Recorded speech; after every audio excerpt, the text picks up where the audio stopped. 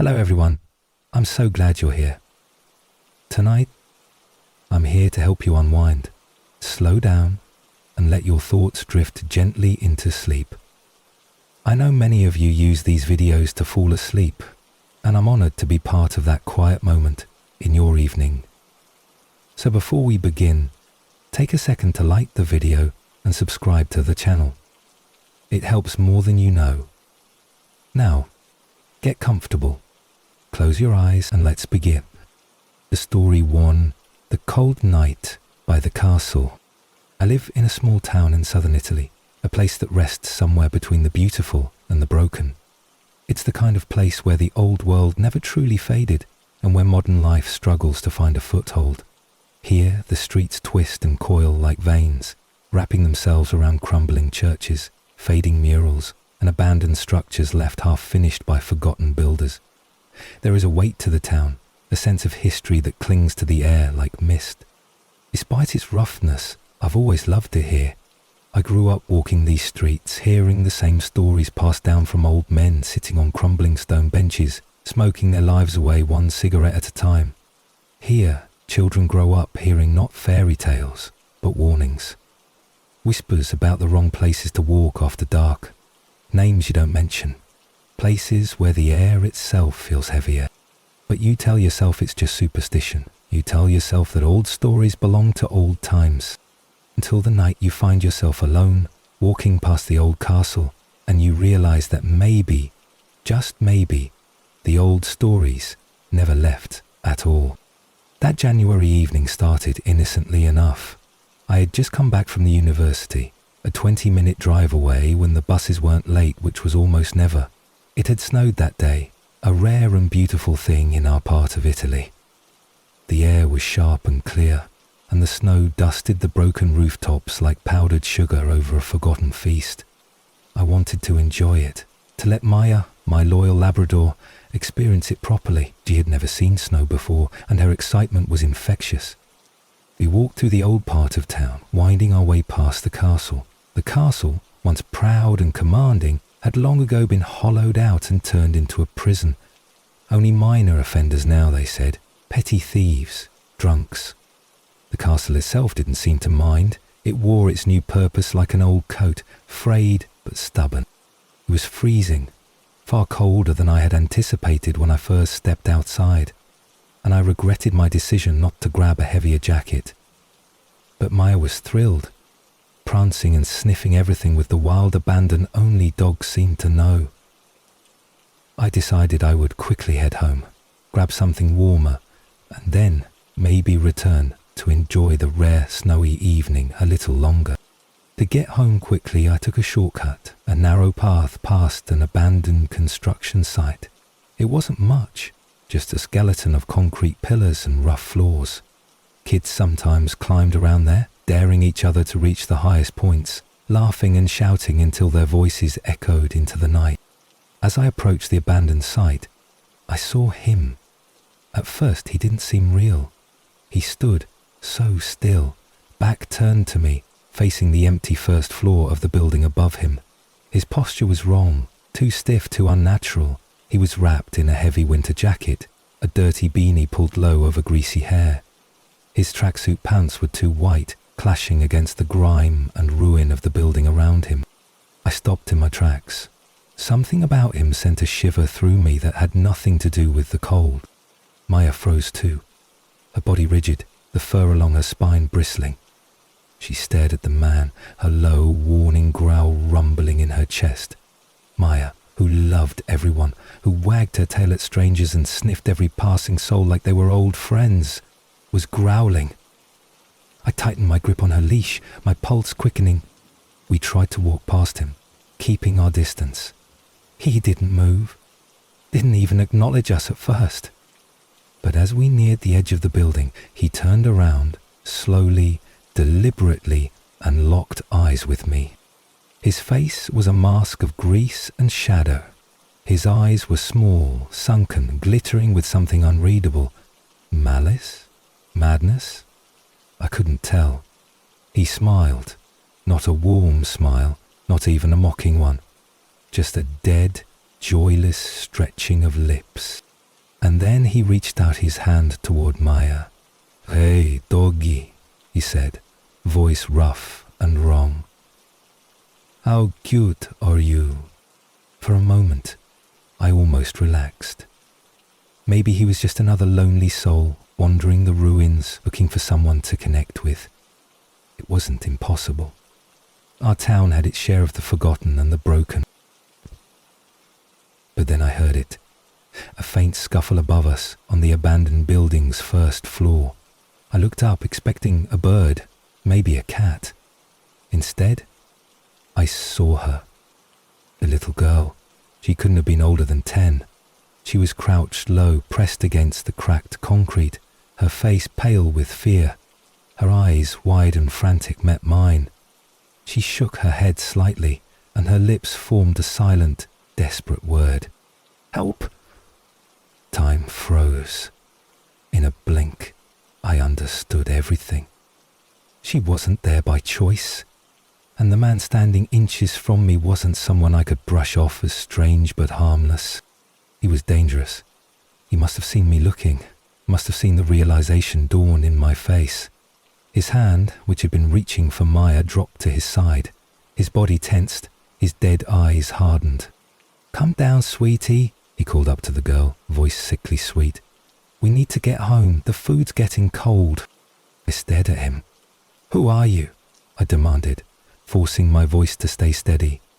"What are you doing here?" "I'm her uncle," he said, deadpan, as if that explained everything. As if I should just smile and move along. But the girl, God bless her, played along brilliantly. She called down, her voice trembling but clear. "Uncle, can you get me home? Mummy will be worried." I nodded at her, trying to silently tell her to stay strong. I stepped closer to the building, still keeping Maya between us as much as possible. "I'll get her," I said casually, masking my fear under false calm. I stepped into the building, the cold concrete slick underfoot. The girl leaned toward me, and with one swift motion I grabbed her, pulling her safely down to the ground. Maya growled lowly, a rumble that seemed to shake the very air. As I turned, still shielding the girl behind me, I saw the man's hand move. He was reaching behind his back for a weapon. Panic surged through me. I couldn't fight him, not with a child to protect, not with Maya between us. And then Maya, my brave, sweet Maya, stepped forward, baring her teeth, growling louder now. The man hesitated, his hand freezing in place. Maya barked, a deep booming sound I had never heard from her before. It wasn't the playful yap of a happy dog. It was a warning, a promise. The man backed away slowly, his eyes flicking from me to Maya and back again. I took the chance, scooping the girl into my arms and started moving, never turning my back fully on him. We reached the main road just as a group of men, neighbors, friends, people who must have heard the commotion came running toward us. One of them had a baseball bat. Others carried sticks and makeshift weapons. When the man saw them, he didn't hesitate. He bolted, disappearing into the labyrinth of abandoned buildings and darkened alleys. The men gave chase, shouting, but he was fast. Too fast. He slipped away, into the night. The girl clung to me, trembling. When her father reached us, his face a mask of fury and fear, she leapt into his arms, sobbing. He hugged her tightly, murmuring words of comfort I couldn't hear. Someone called the police, statements were given, descriptions were offered, but the man was never found. He was a ghost. A shadow that had slipped through the cracks of our town, leaving only fear in his wake. I went home that night, shaken but grateful. Grateful that I had taken the shortcut. Grateful that Maya had trusted her instincts when mine wavered. Grateful that, for once, the old warnings had been heeded. In time, and now. When I walk those streets, when the wind howls around the castle and the shadows stretch long across the crumbling stones, I remember that night. And I remember that sometimes the old stories aren't just stories. Sometimes they are warnings, and sometimes they are not enough. Story 2. The German Shepherd and the Man Who Watched. When I was around 14 years old, life had that peculiar stillness to it, a kind of sleepy rhythm where every day felt almost the same, stretching long and uneventful like an endless road. I lived in a quiet suburban neighborhood where people knew each other's dogs better than each other's names, and where the greatest danger you might expect on an ordinary day was a neighbor's sprinkler spraying across the sidewalk. It was a bubble of safety that we all lived inside, and I never thought much about it. Danger was something that happened somewhere else, to someone else. That summer, I had a routine. Every evening, once the sun began to dip low and the cicadas started their deafening chorus in the trees, I would leash up our family's German Shepherd Max and take him for a long walk around the neighborhood. It was my favorite part of the day. Just me, the fading light, the soft slap of my sneakers against the pavement, and the steady, comforting presence of Max trotting faithfully at my side. Max was a good dog, fiercely loyal and smart as a whip. He was a big dog too, tall and strong, with thick black and tan fur and sharp, alert eyes that missed nothing. Walking with him always made me feel safe, like nothing bad could happen as long as he was there. Looking back, I realize now how lucky I was that he was with me that night. It had been an ordinary day. I don't remember much about it. What I had for lunch, what silly arguments my brother and I had, what chores I had been grumbling over.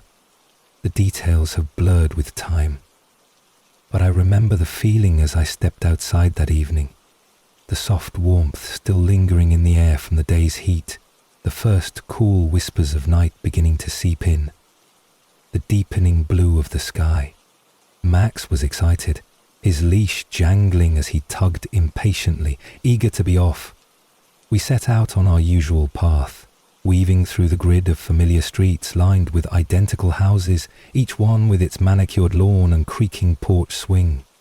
Street lights flickered to life, one by one, casting golden pools of light that seemed almost too bright against the encroaching darkness.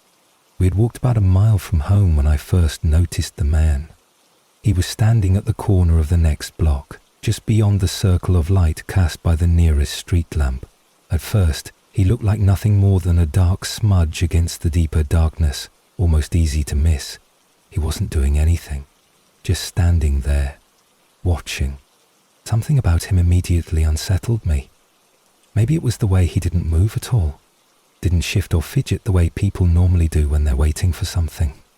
Maybe it was the way he was positioned, halfway hidden by the shadow of a large oak tree, as if he didn't want to be seen but also didn't care if he was.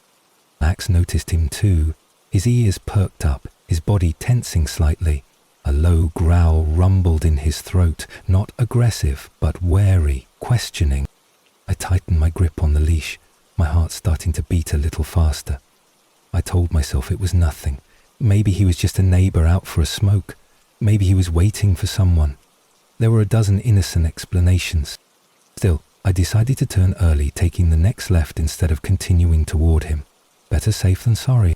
We walked for another 10 minutes, looping through quieter streets, trying to shake the unease that had settled over me like a second skin. I didn't see the man again. Slowly, my nerves began to calm, and I started to enjoy the walk again. Max relaxed too, his tail swinging gently with each step. We were only a few blocks from home when I heard it, the sound of footsteps behind us. At first, they were slow, matching our pace, a soft scuff against the pavement. I glanced over my shoulder, but the street was empty, nothing but darkness and the pools of light from the street lamps. We kept walking. The footsteps continued. Max noticed too. His ears swiveled backward, his head turning slightly to glance behind us without stopping. The footsteps grew faster, closer. I turned fully this time, heart hammering, and there he was, the same man from before. He was walking briskly toward us now, head down, hands buried in the pockets of his jacket. His pace was deliberate, purposeful, and he was closing the distance fast. I didn't think, I reacted. I broke into a run, Max lunging forward eagerly at my side. We sprinted down the sidewalk, cutting across someone's lawn, trying to put as much distance between us and the man as possible. But he chased us. I could hear his footsteps pounding behind us, faster now, desperate. We rounded a corner, heart racing. And that was when Max made his move. Without warning, Max twisted out of my grasp, pulling the leash from my hand with a powerful yank. He whirled around, planting himself squarely in the middle of the sidewalk, facing the approaching man with teeth bared and a ferocious, booming bark that split the night like thunder. The man skidded to a halt. For a moment, everything froze. Max stood there, every muscle coiled, ready to launch himself at the stranger if he took one more step. The man hesitated. His hands twitched inside his pockets as if he was debating something, fighting some internal battle. And then he turned and ran. He bolted down the street, disappearing into the darkness between two houses, vanishing so completely it was as if he had never been there at all. I stood there, gasping for breath, clutching Max's leash with trembling hands as he trotted back to me, tail wagging like he had just completed a game, proud and alert. We hurried home, not daring to slow down until we were inside, the door locked firmly behind us. I never saw the man again. My parents called the police, of course. They took my statement, asked questions, sent a car to patrol the area for a few nights. Nothing came of it. No arrests, no sightings, no answers, just a lingering fear that gnawed at the edges of my safe little world. After that night, I never walked alone after dark again. If I had to go out, I brought someone with me, or I stayed home. And Max? Max became more than just a family pet after that. He was my guardian, my shield, my silent protector, who had stood between me and something I didn't even want to imagine. He lived for many more years after that, growing greyer around the muzzle, moving a little slower, sleeping a little longer. But he never lost that spark, that fierce loyalty that had saved me when I needed him most. If it was Suimuyosumba. Even now, long after he's gone, I sometimes dream of him. I dream of walking those quiet suburban streets under the watchful gaze of the stars, Max at my side, strong and fearless. I dream of the way his bark split the night, driving away the darkness. And I know that wherever he is, he's still watching over me, still guarding me, still standing between me and the things that lurk just beyond the light. Story 3, The Sleepover at the Farmhouse. The farmhouse had been in my friend's family for generations, a sprawling, creaky old place that sat like a forgotten relic at the edge of town. It wasn't beautiful in the traditional sense. Its paint was peeling, the shutters hung crookedly, and the fields around it lay fallow, overgrown with stubborn weeds. But there was something about it, something timeless and deeply rooted, like the house itself was part of the land in a way that newer buildings could never understand. I was 14 the summer I spent the weekend there, invited by my best friend Michael. His family was hosting a big gathering, aunts, uncles, cousins, and they thought it would be fun for me to tag along. I had never stayed in a house so old before, and there was a certain thrill to it, the kind of giddy excitement that comes from stepping outside your own familiar life into something rougher, more mysterious. The first day passed in a blur of laughter and games. We explored the dusty barn, dared each other to climb the rickety loft ladder, and spent hours racing around the property under the vast, unbroken sky. The adults drank beer on the porch, their laughter floating across the fields, and the younger kids waged epic water balloon wars in the tall grass. By the time night fell, the farmhouse glowed warm and golden, its windows casting little squares of light into the darkening world. Exhausted and happy, we crammed into sleeping bags in the big upstairs bedroom that Michael shared with his cousins. The house creaked and sighed around us as it settled for the night, but it felt cozy then, like the old walls were wrapping us up and holding us safe. I drifted into sleep easily, lulled by the sound of the crickets outside and the gentle murmur of the adults still talking downstairs. I don't know what time it was when I woke up. The room was dark now, the laughter gone, replaced by a deep, profound silence that seemed to press against my ears. For a moment, I lay there in the warmth of my sleeping bag, blinking into the darkness, disoriented and unsure what had pulled me from sleep. Then I heard it, a soft, rhythmic tapping. Tap, tap, tap. At first I thought it was just the old house settling again, but something about the sound felt deliberate, too steady, too patient. I sat up slowly, my heart starting to thud against my ribs. Across the room, Michael stirred, muttering something in his sleep. The cousins were still, their faces peaceful in the dim starlight that filtered through the warped glass windows. Tap, tap, tap. It was coming from the window. I turned my head toward it, every muscle tense. The window was closed, the old wooden frame warped and stuck tight from decades of humid summers and freezing winters. No breeze could move it. No branch could reach it from the ground below. Slowly, cautiously, I crawled toward the window, my movements muffled by the thick old rug that covered the floorboards. I reached the window and peered out. At first, I saw nothing, just the dark sweep of the empty yard, the outline of the barn looming in the distance, the sky heavy with stars. Then, as my eyes adjusted, I saw it, a figure, standing at the edge of the yard just beyond the reach of the porch light. It was tall, too tall. Its proportions were wrong, its limbs too long, its torso stretched unnaturally. It stood completely still, facing the house, facing me. And though I couldn't see its face, if it even had one, I knew it was watching. Tap, tap, tap. The sound was louder now, faster. I realized with a jolt of horror that it wasn't coming from the window itself. It was coming from the glass, just inches from my face. I jerked back instinctively, heart hammering in my chest. I scrambled away from the window, back into the cluster of sleeping bags, my hands shaking so badly I could barely breathe. I wanted to wake Michael, to wake everyone, to scream, but some deep, primal part of me told me not to, told me to be still, told me that whatever was out there didn't want witnesses. I huddled in my sleeping bag, pulling it up over my head like a shield, my entire body trembling. For what felt like hours, I lay there, listening. Tap, tap, tap. The sound continued, slow and deliberate, never hurried, never urgent, just patient, relentless. Eventually, it stopped. I waited a long time before daring to peek out from under the sleeping bag. The window was dark again, the yard empty. The figure was gone.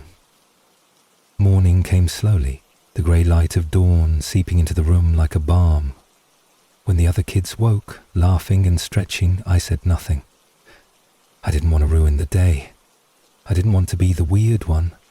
Maybe it had been a dream, a hallucination born of an unfamiliar bed in the strangeness of an old house.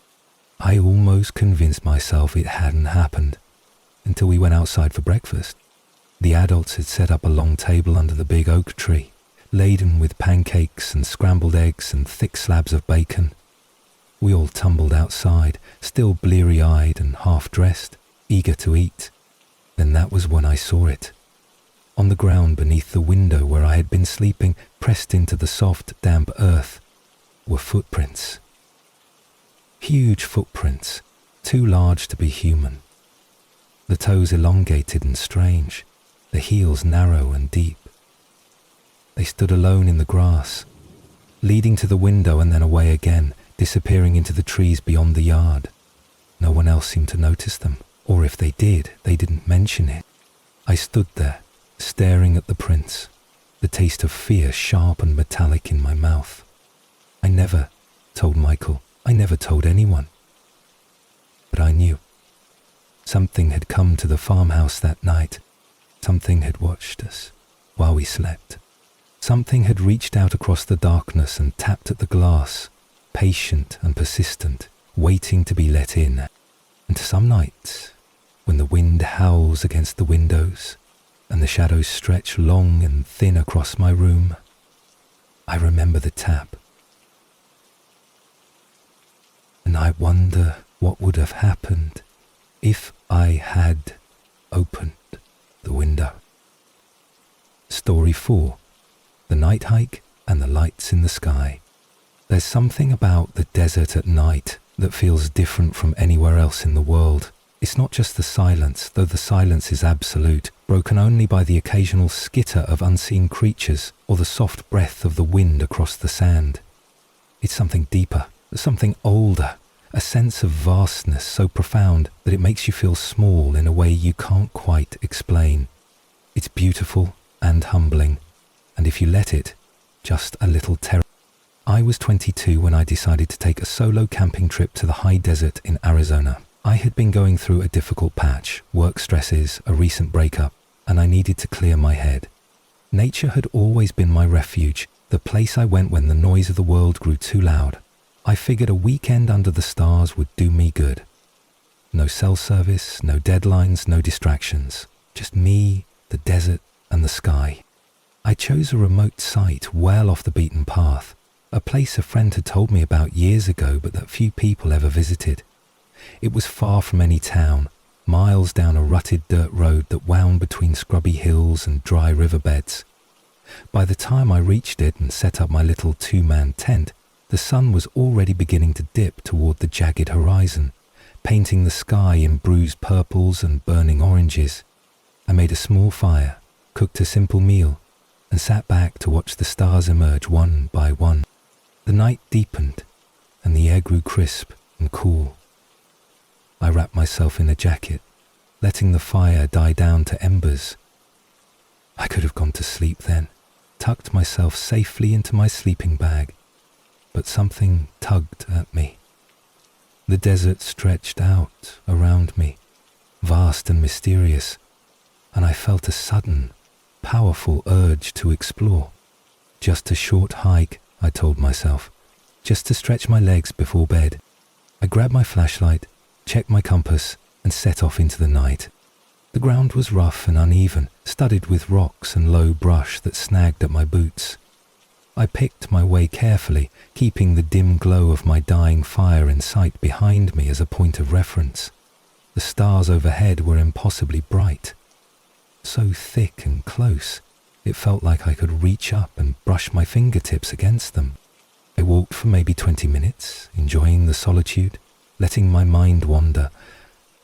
The problems that had seemed so overwhelming back home felt distant and small out here, swallowed up by the endless dark. I was just about to turn back when I saw the lights. At first, I thought it was a trick of my eyes.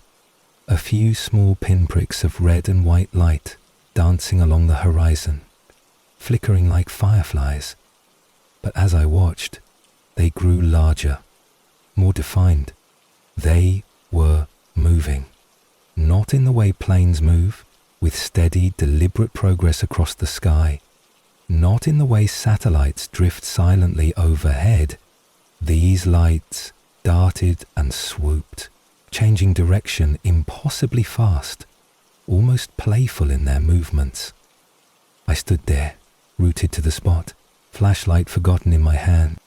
The lights moved closer, and I realized they weren't high in the sky as I had first thought. They were skimming just above the desert floor, weaving between the low hills and rock formations with an eerie, unnatural grace.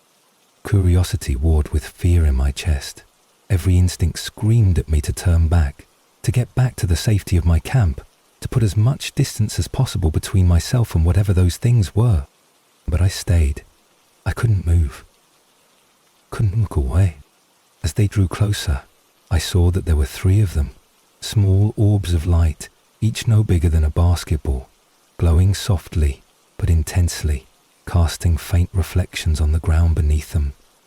They moved in perfect coordination, circling and looping around each other in patterns that made no sense but were mesmerizing to watch. I don't know how long I stood there, watching. Time seemed to stretch and blur, the world narrowing down to just me and the light. Then, without warning, they stopped.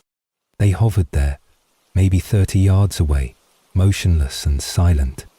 I felt their attention turned toward me, not in a physical sense, but in a way I could feel, deep in my bones. It was like standing under the gaze of something vast and unknowable, something that saw me completely and utterly. The air grew colder. The hairs on the back of my neck stood on end, and then, just as suddenly as they had stopped, the lights shot upward into the sky, faster than anything I had ever seen. In less than a second, they were gone, swallowed by the stars. The silence rushed back in, heavier than before. I stumbled back toward camp, my legs shaky and unsteady. I didn't run, I didn't dare, but every step felt like moving through a dream, disconnected and unreal. When I finally reached my tent, I collapsed into my sleeping bag fully clothed, pulling the covers up over my head like a child hiding from monsters. I lay there, eyes wide open, listening to the profound stillness of the desert night. Sleep didn't come easily. Every rustle of the wind, every distant crack of shifting rocks set my heart racing anew. But eventually, exhaustion claimed me, dragging me down into a fitful, restless sleep. I left early the next morning, packing up in silence as the first pale light of dawn crept across the desert. The place that had felt so welcoming the day before now seemed alien and hostile, full of empty spaces where unseen things might be watching. I never went back. I told myself for a long time that there must be an explanation. Drones, perhaps, or some kind of experimental aircraft. Tricks of light and perspective. Sleep deprivation and an overactive imagination. But deep down I knew better. The deserter is old, older than we can comprehend. It holds secrets beneath its sands, stories whispered on the wind that we're not meant to hear. And sometimes, if you're alone out there, if you wander too far from the safety of your firelight, the desert whispers back. It shows you things that don't belong to this world. And once you see them, you can't unsee them. You can't ever really come back unchanged. You carry the desert inside you after that.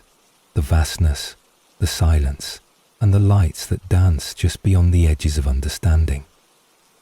Waiting. Always waiting. Story 5. The sleepwalking friend at the cabin. There's a certain kind of silence that only exists deep in the woods.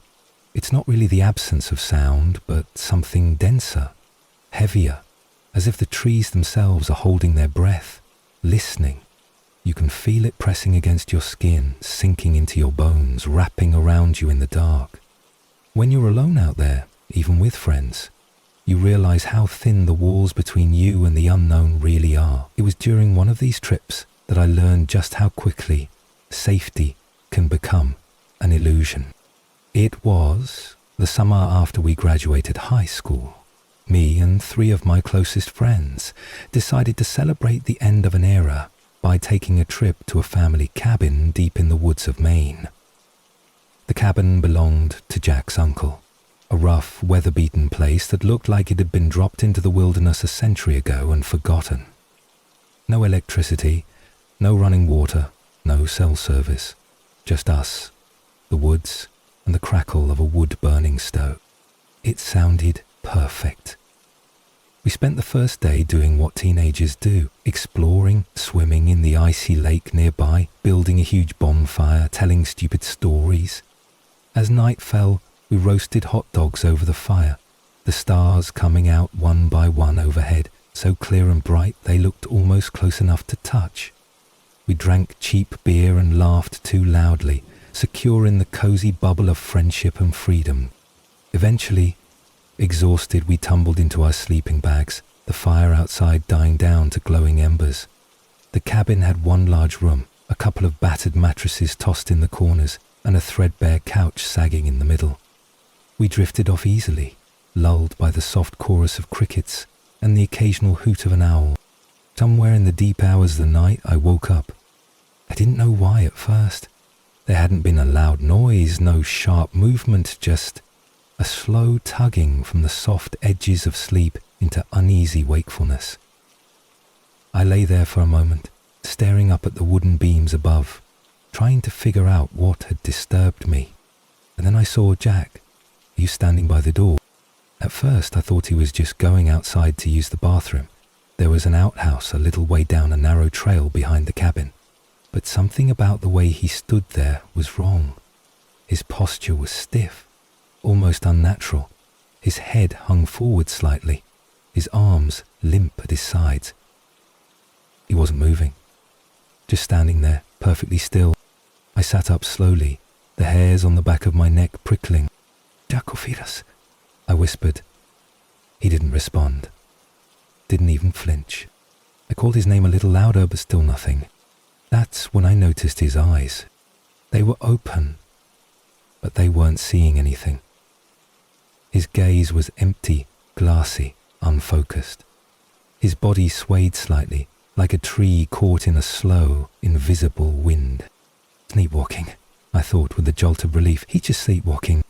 I had heard you weren't supposed to wake a sleepwalker, that it could shock them, even hurt them. So I stayed still, watching, waiting for him to move." Slowly, jerkily, Jack turned the doorknob. The door creaked open on its old hinges, and he stepped out into the night. For a long moment I just sat there, frozen with uncertainty. Then I scrambled to my feet, pulling on my boots, grabbing a flashlight. I couldn't just let him wander off into the woods alone. Anything could happen out there. I slept outside after him, the cool night air washing over me like a wave. The moon was high and full, casting the world in silver and shadow.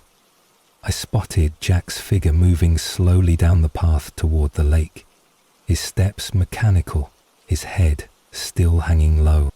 I called his name again, a little louder, but he didn't even turn. I followed him, keeping a safe distance, my flashlight pointed at the ground so I wouldn't blind him, or whatever part of him was awake enough to guide his body. We reached the edge of the lake. Jack walked right up to the water's edge, his bare feet sinking into the muddy bank. He stood there, staring out over the black, glassy surface. And then, without warning, he stepped into the water. My heart jumped into my throat. I sprinted forward, grabbing his arm just as he took a second step. His skin was icy cold under my hand, and for a second I thought he might struggle, might fight me. But he didn't. He just stood there, passive, as I tugged him gently back onto dry land. "Come on, then," I murmured, my voice shaking. "Let's go back. It's okay. You're safe." Slowly I guided him back up the path toward the cabin. His feet dragged, his body heavy and unresponsive, but he came willingly enough.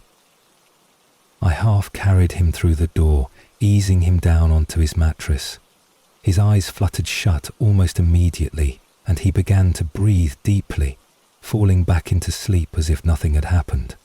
I sat there for a long time afterward, staring at him, listening to the steady rhythm of his breathing. In the morning, Jack didn't remember anything. Not opening the door, not walking to the lake, nothing. We laughed it off, in the way that young people laugh off anything that scares them too much to think about properly. Joked about Zombie Jack and how he almost went for a midnight swim, but I couldn't shake the feeling that something about the whole thing was wrong. Because as I had stood there at the lake, my hand gripping Jack's arm, something had happened. Just for a moment, just for a second, Jack turned his head toward me, and he had smiled. Not the goofy, familiar grin of my best friend, but something else. Something empty. Something that didn't quite reach his eyes. And deep in that silence, deep in the cold embrace of the night, I had felt something watching us.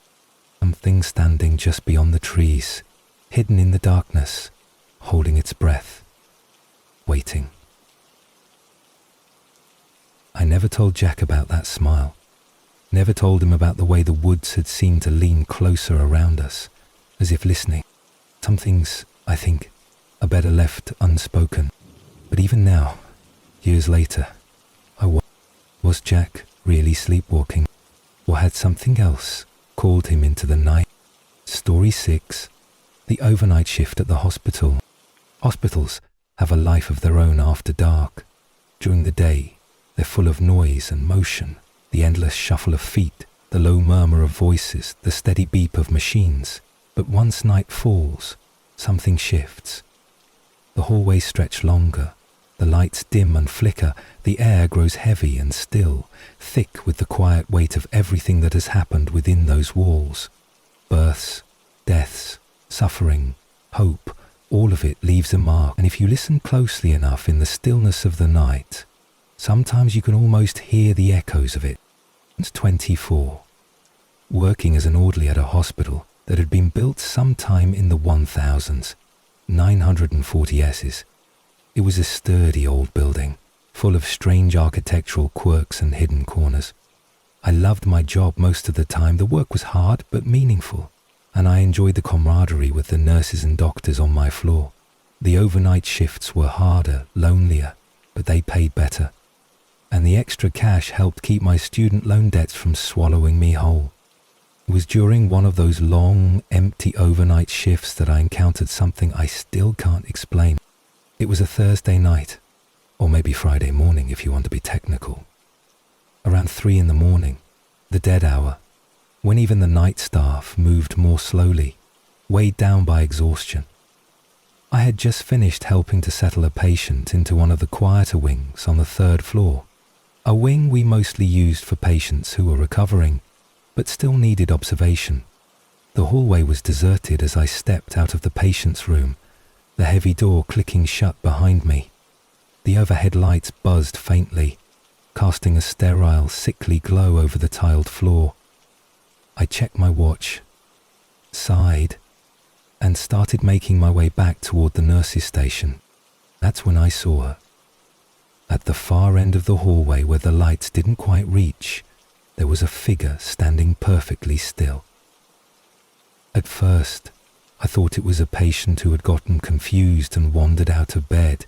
It happens sometimes, especially with the elderly or those on heavy medications. I squinted down the hallway trying to get a better look.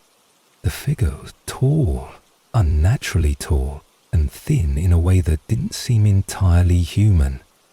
It wore a long hospital gown that hung from its frame like wet paper. Its arms were long too, hanging low at its sides, the hands almost reaching the knees. The hair was long and dark, matted against its face, obscuring its features. I called out, my voice echoing oddly down the hallway. "Hey there, are you okay? Do you need help?"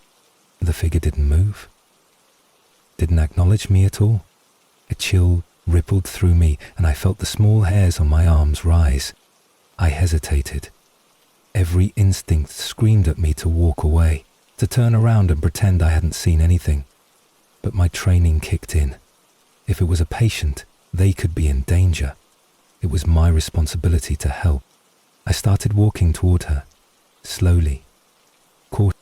The hallway seemed to stretch longer with every step, the lights above buzzing louder, flickering slightly. My footsteps echoed unnaturally, too loud in the dense stillness. As I got closer, something became painfully clear. This wasn't a patient. This wasn't a patient. The figure was, too still,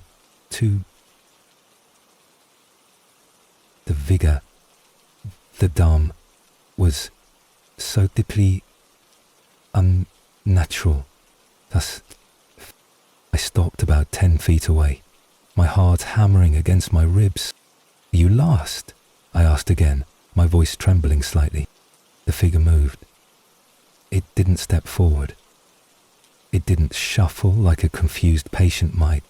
It tilted its head, a slow, jerky motion like a puppet on broken strings. Then it raised one arm, an impossibly long, thin arm, and pointed directly at me. I stumbled back, my breath catching in my throat, and then the lights above me flickered violently, plunging the hallway into near darkness for a heartbeat before snapping back on. The figure was gone. The hallway stood empty before me, nothing but the endless, sterile tile and humming lights. I spun around, searching desperately for any sign of her, but there was nothing. Nothing but the faint scent of something foul lingering in the air. A sharp, metallic smell that turned my stomach. I hurried back to the nurse's station, my steps quick and clumsy, my pulse pounding in my ears. The nurses looked up as I burst in, wide-eyed and pale. "You okay?" one of them asked, her voice calm but concerned. I opened my mouth to speak, but hesitated. What could I say? That I had seen a ghost? That something inhuman had been waiting for me at the end of the hallway? I shook my head and muttered something about needing coffee. The rest of the shift passed in a haze. I couldn't shake the feeling of being watched, of unseen eyes following me through the fluorescent-lit halls. Every creak of the old building, every flicker of the aging lights set my nerves on edge. When morning finally came, I clocked out and practically ran to my car, heart hammering, eyes scanning every shadow. I didn't take another overnight shift for months after that. I told myself it was stress, exhaustion, the tricks of a tired mind.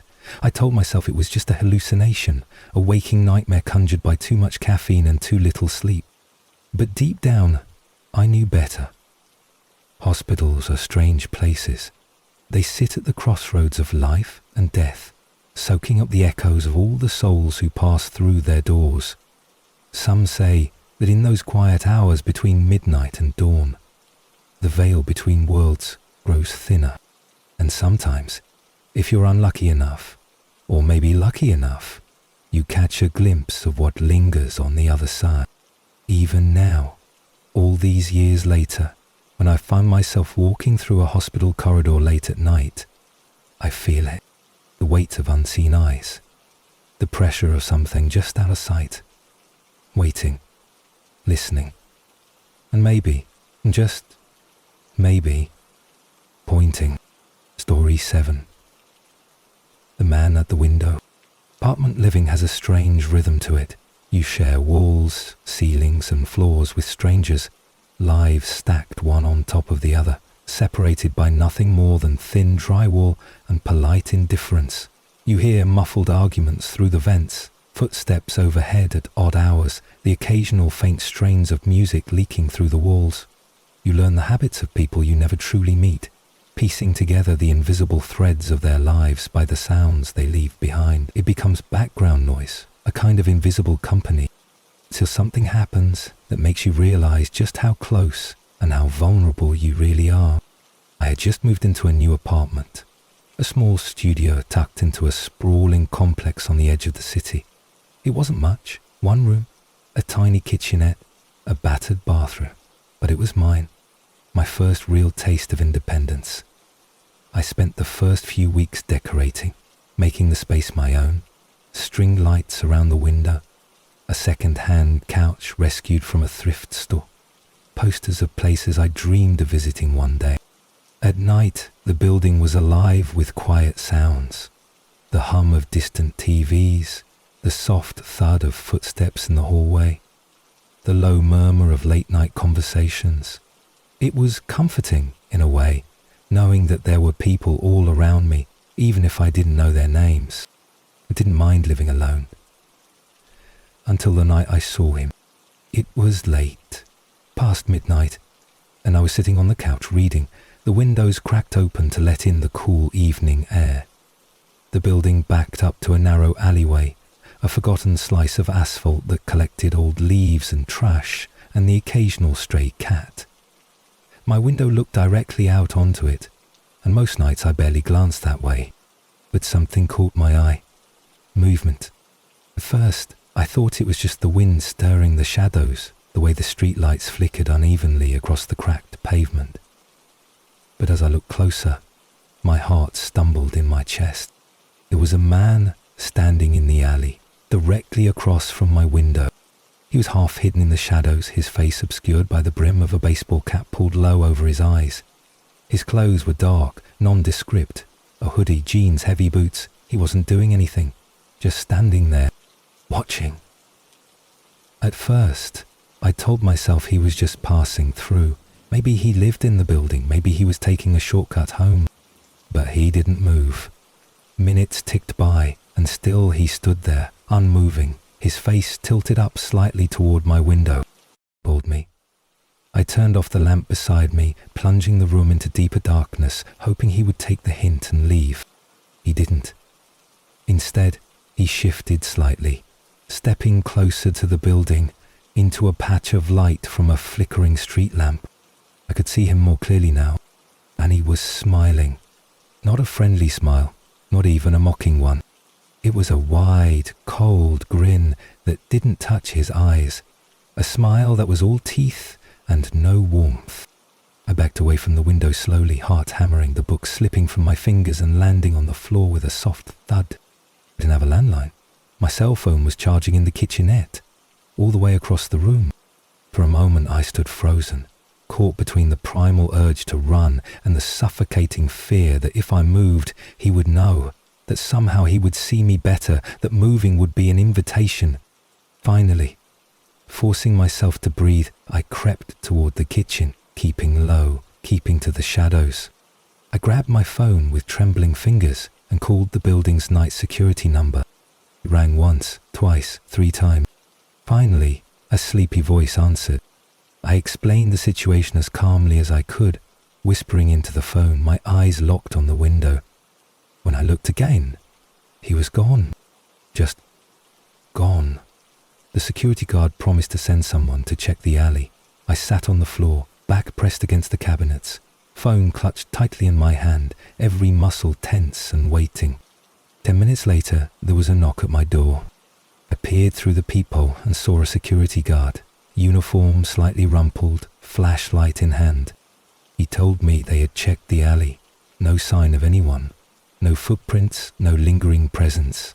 It was as if the man had never been there. I thanked him, locked the door behind him and pulled the heavy curtains closed tight over the window.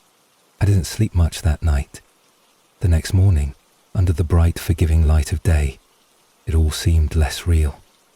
Easier to dismiss. Maybe he was just some drunk who had stumbled into the wrong alley. Maybe he hadn't even seen me at all. Maybe I had overreacted. I went about my day, pushing the memory of the night into the back of my mind. But something had changed. I found myself glancing over my shoulder more often, checking the locks twice, sometimes 3 times. I closed the blinds as soon as the sun dipped low, double-checked the window latches before bed. A week passed, then 2. Slowly, the tight knot of fear in my chest began to loosen, and then it happened again. This time, it was even later, closer to 3 in the morning. I woke with a start, heart racing, the uneasy sense that something was wrong. The room was silent. I sat up, listening, straining to hear over the pounding of my own heartbeat. And then I heard it, a soft, deliberate tapping at the window. Tap, tap, tap. I froze. I didn't want to look. Every fibre of my being screamed at me not to look. But I couldn't help it. Slowly, I turned my head toward the window. The curtains were closed, but the tapping continued, rhythmic and insistent. Tap, tap, tap. I fumbled for my phone, hands shaking.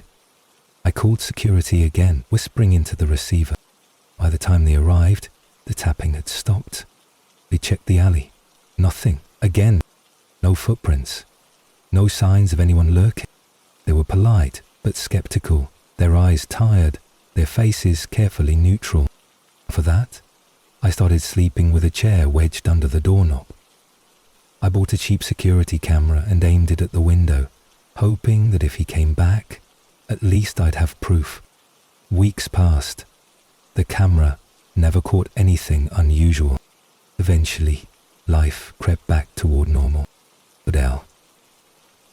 But every so often, when the night is especially still, when the hum of the building falls silent and the shadows seem to stretch a little too long across the floor, I think I hear it, a soft, patient tapping at the window, and I wonder if he's still out there, waiting, watching, smiling. Story 8, The Stranger at the Fire. The best kind of camping trips are the ones that seem to unfold without a plan, where you pack up a car with half the things you'll need and twice the things you won't. and you head out into the wild with no real destination except away. That was the spirit behind the trip. Just me and 2 friends, driving until the city disappeared behind us, swallowed up by endless trees and winding dirt roads.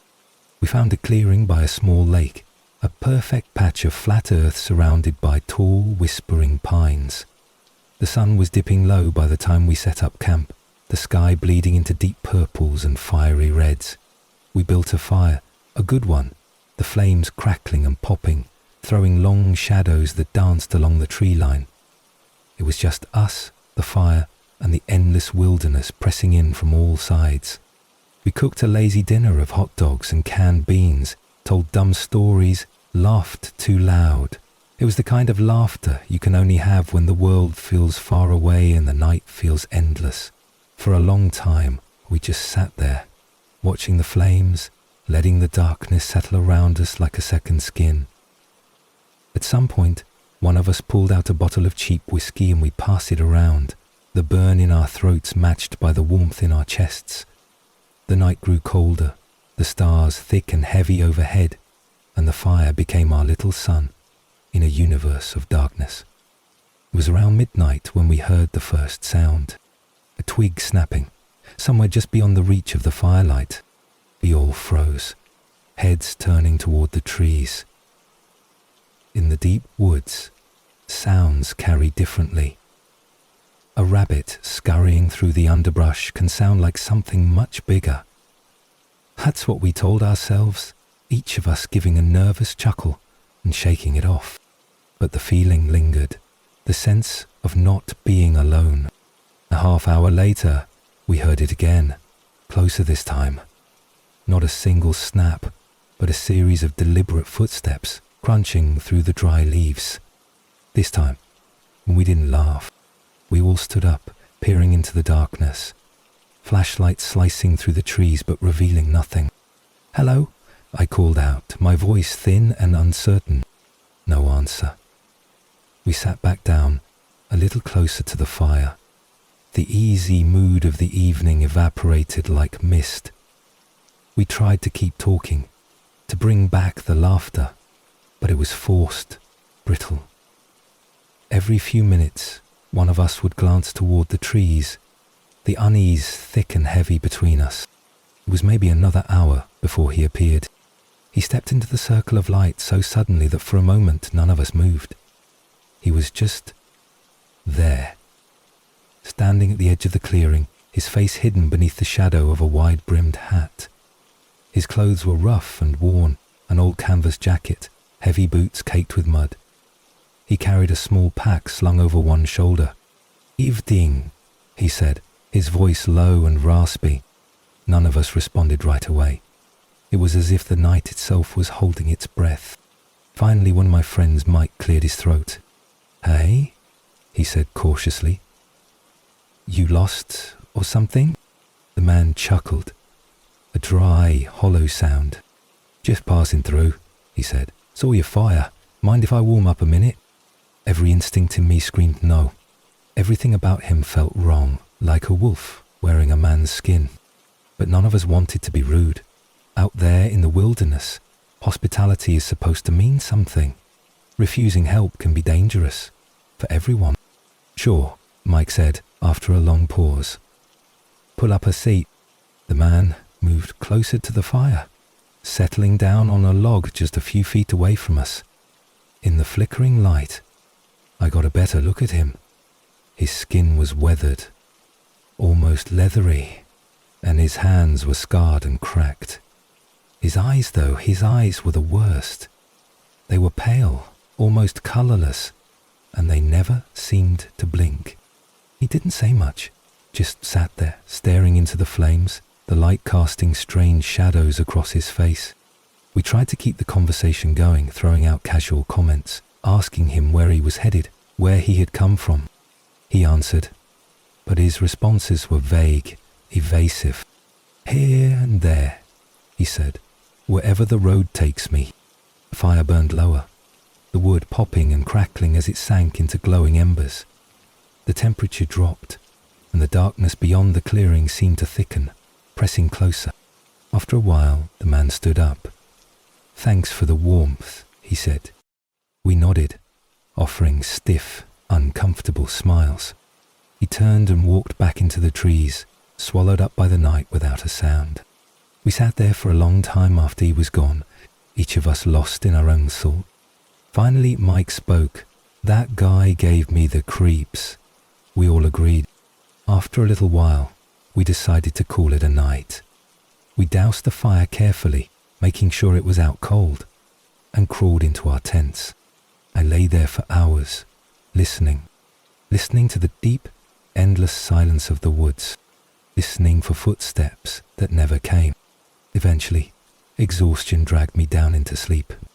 But somewhere in the middle of the night, I didn't know why at first. Then I realized my tent was bathed in a soft, flickering light, like firelight. I sat up slowly, my heart pounding. The zipper of the tent was closed. I had zipped it tight before sleeping, but the light continued to flicker, dancing against the thin fabric of the tent. Gathering every shred of courage I had, I unzipped the door just a few inches and peeked outside. The fire was burning again, but not where we had built it. It was burning at the edge of the clearing, and standing beside it was the man. He was staring directly at my tent. He wasn't smiling now. His face was blank, hollow, his eyes catching the firelight in a way that made them glow unnaturally. I ducked back inside, heart racing, mind whirling. I reached for my phone.